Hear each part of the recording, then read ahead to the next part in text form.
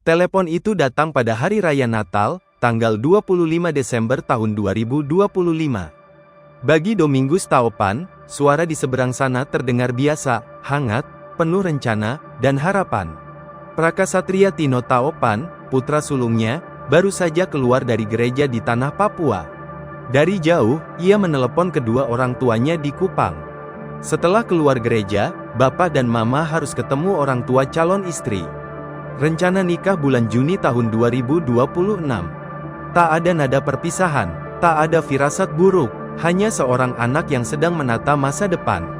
Domingus mengingat percakapan itu sebagai obrolan sederhana, tentang cinta, keluarga, dan hari esok yang tampak begitu dekat. Ia tak pernah menyangka, itulah pesan terakhir dari putranya. 2 pekan berselang, rencana bahagia itu runtuh oleh kabar duka. Kamis, tanggal 8 Januari tahun 2026, Prakasatria gugur dalam kontak tembak dengan kelompok kriminal bersenjata KKB di Kampung Yomugaru, Papua Pegunungan. Peluru mengenai lehernya. Usianya baru 29 tahun.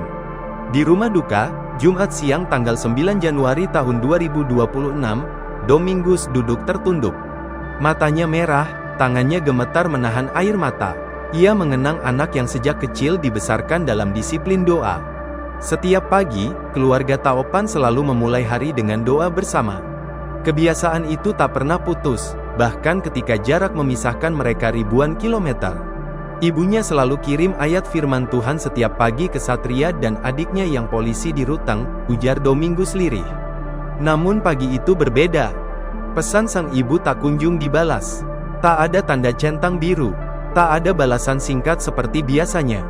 Sekitar pukul 8 WITA, kabar duka mulai terdengar samar. Domingus menepisnya. Ia tak percaya.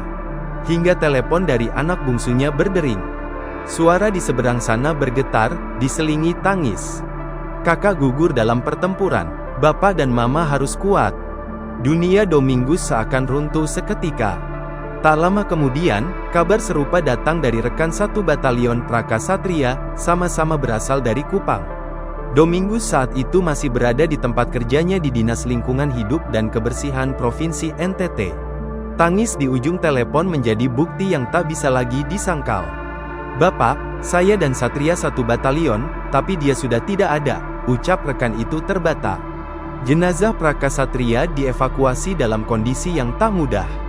Cuaca buruk dan situasi keamanan memaksa rekan-rekannya memikul tubuhnya berjalan kaki sekitar 5 km menuju pos terdekat.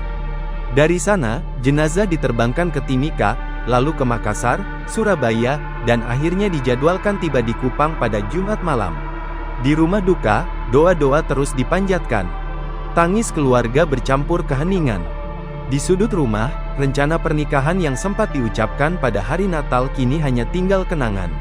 Prakasatria pulang ke Kupang bukan sebagai mempelai pria yang akan disambut bahagia, melainkan sebagai prajurit yang kembali dalam balutan bendera merah putih. Janji menikah yang pernah diucapkan dengan penuh harap kini gugur bersama dentuman senjata. Namun pengabdiannya akan selalu hidup, dalam doa keluarga, dan dalam ingatan negeri yang ia jaga hingga akhir hayatnya.